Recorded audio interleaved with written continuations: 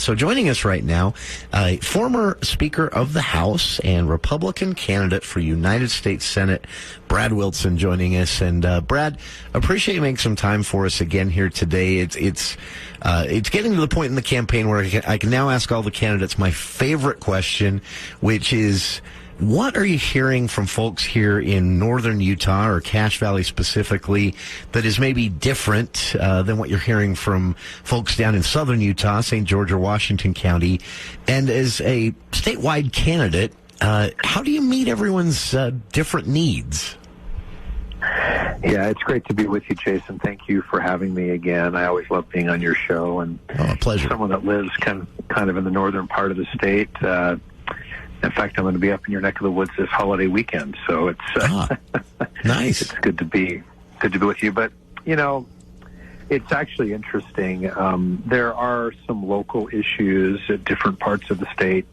There's some real problems in Washington County, for example, with the federal government right now related to some roads and the BLM and things like that. Up in northern Utah, Cache, Box Elder counties, I don't hear a lot of specific federal issues other than the concerns with public lands and access to public lands. Sure. It's maybe a little bit different down in other parts of the state. But there's a lot of frustration in Cache County in particular with feeling like they're just disconnected a little bit from Washington, and they feel like, I hear a lot about how people feel like they'd like to just be a little bit more informed of what's happening in Washington and how they can be represented a little bit more proactively. Sure. That is, the importance of that was kind of driven home this week. I'm glad you mentioned that. Congressman Blake Moore was actually nominated for a Constituent Service Award, and it got me thinking about this, that we see our federal representatives on the news a lot. We hear from them a lot in statements, but there is this kind of, unfortunately, almost behind the scenes part of it where constituent services are a big, it isn't all the big get on CNN fights over specific pieces of legislation, right? And for you, as former Speaker of the House, you know all about that kind of thing. I won't ask you. I won't ask you to say it. I'll say it for you. But how many House representatives and how many years herding those cats?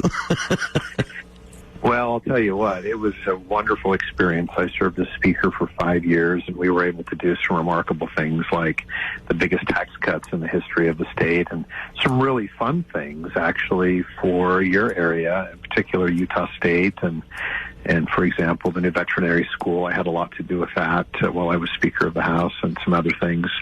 But 75 members of the House, and one of the things that's, I think, a little bit, two things actually miss that exist. One is it's easy to govern in Utah because you have a Republican supermajority. And I'll tell you, I think that people underestimate how hard it is to get all the Republicans to work together. Sure. And so, especially from different parts of the state, right? Yeah, and for good reason, right? I mean, there's different issues, there's different philosophies, but my job as Speaker was to get all the Republicans to sing from the same sheet of music and to fight for the same things and work on the same things, and we were really successful with that. But the other myth is that you're just working with House members. I mean, if you're going to be a good Speaker of the House, if you're going to be a good statewide leader, you've got to work with members of the House and the Senate and the governor and try to drive an agenda that aligns with Utah's conservative values and fight for those with all of those people shoulder to shoulder with them. And I think that was something that I was pretty good at. Sure. This is the reason I ask about that. You're running for a seat that would put you in with senators from all around the country, and you, to get anything done, would have to get at least some of them to join you in some of your efforts. So what maybe can you take from your experience as House Speaker to the United States Senate, whether you're working with, a Democrat from the furthest left or a Republican who's maybe more to the center or more to the right than you are as a Republican? What's the trick to getting everyone to work together? Well, there's no trick. It's you've got to invest in understanding where they're coming from and be able to negotiate solutions that are a win for you and a win for them if possible. And sometimes you can, sometimes you can't. I was elected Speaker of the House twice unanimously, which had never really happened before in our state. And it's not because those folks agreed with me on the issues all the time. It's they knew, though, that I was going to be respectful and I was trustworthy, and I was going to listen to them and understand their issues and then be super direct with them about whether or not we could accommodate them. And there are tough issues sometimes, and sometimes you can't find common ground, and sometimes you can, but you always have to just be honest and direct with people about it. And I think that's the secret to getting stuff done. Sure. Brad Wilson, former Utah Speaker of the House and Republican candidate for United States Senate, our guest again here on the show. You can connect with his campaign a few different ways. electbradwilson.com is the website. You can also find the campaign on Facebook, Twitter, Instagram, and YouTube. I've linked to all of those on our Facebook page, a long list of where Brad's at on various issues, how you can meet Brad, upcoming events, and more, and the latest news involving the campaign. And what's it like to campaign statewide? This is how many miles? Has the campaign been tracking the miles? We have a vehicle. We've put 34,000 miles on it in a pretty short period of I'll time. bet. It's a big state, and but you know what? I don't know if I'd recommend it for everyone because it's quite quite long days, but it has been such a great experience to go to different corners of the state and meet with people in big settings and small settings and hear their concerns. And make no mistake about it, the reason Utah is the best state in the country, whether you're asking U.S. News and World Report or any other publication, is because we've got the best people. We just have such good people here. This is worth noting as well for those in Cache Valley. Endorsements have come early in this race, and I believe, Brad, you've been campaigning. You launched your campaign first, right? Am I remembering correctly? I started in April of last year, an exploratory committee. We transitioned into a full campaign later last year, but I've been on the campaign trail for over a year. Wow. And we've been really fortunate, whether it's the endorsement of Governor Cox or almost every Republican sheriff in the state, 22 of the 29, and 3/4 of the Republicans in the legislature are all endorsing me, including about 65 mayors. That is impressive.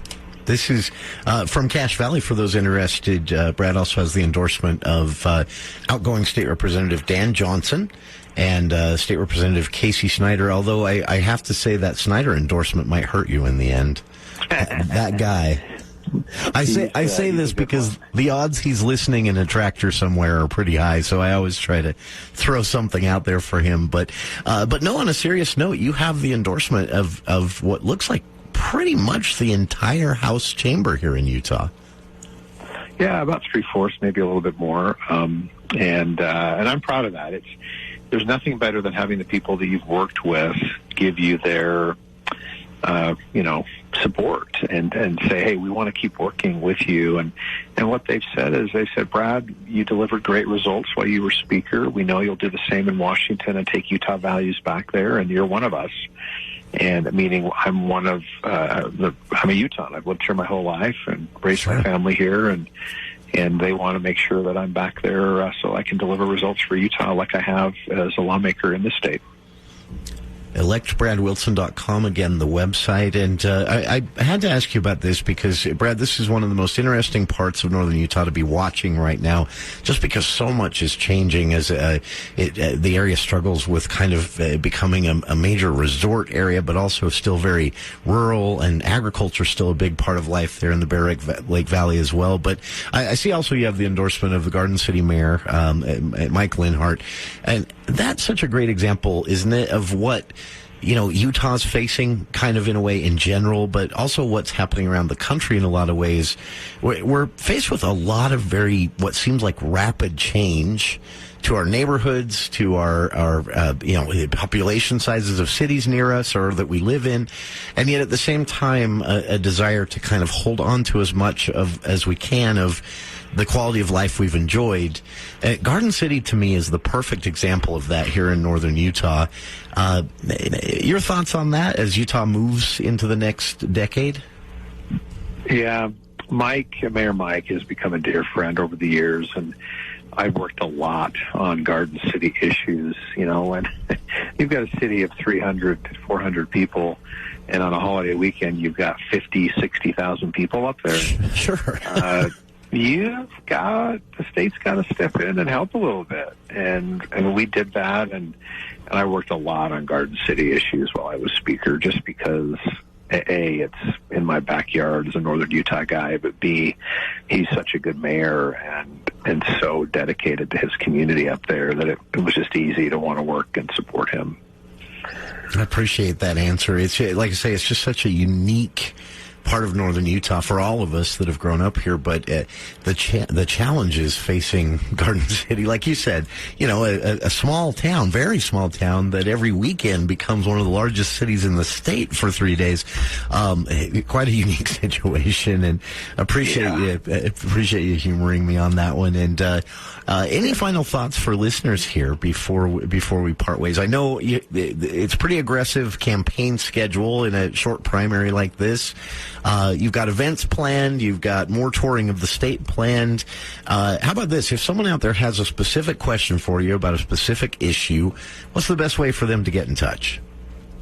Yeah, they can just go to the website. There's an easy way to email the campaign, and we'll take care of them really quick. And I'm happy to give them a call and talk with them. And so for sure. And, it's just been such an honor to be involved in public service in this state and to help out each community. And I look forward to going back to Washington and representing Utah to Washington, D.C., not the other way around. That's what we need, is we need someone that's going to go fight for the state back there. Definitely an important time for Utah to have a voice, whether we're talking about water or education funding or, anything.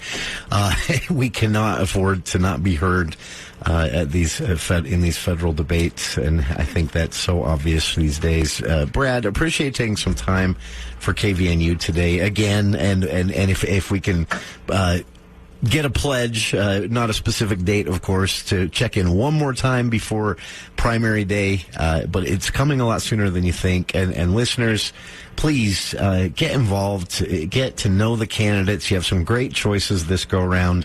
It is important that you vote. It is important that you ask questions if you have them of the candidates, so that you are confident in who you vote for. And it's surprisingly in Utah still an easy thing to do. May not be the case 10 years from now. So take advantage and get to know these folks running for office. ElectBradWilson.com again is the website. You can also find the campaign on Instagram, Twitter, and Facebook. Brad mentioned this. There's an email for him if you have a question for Brad. I'm told by his staff he does answer those personally. And what an opportunity, really, to have these choices, so take advantage. Brad Wilson, Republican candidate for United States Senate, former Speaker of the House here in Utah. Appreciate you making some time for KVNU today, and we'll let you get back to the campaign trail.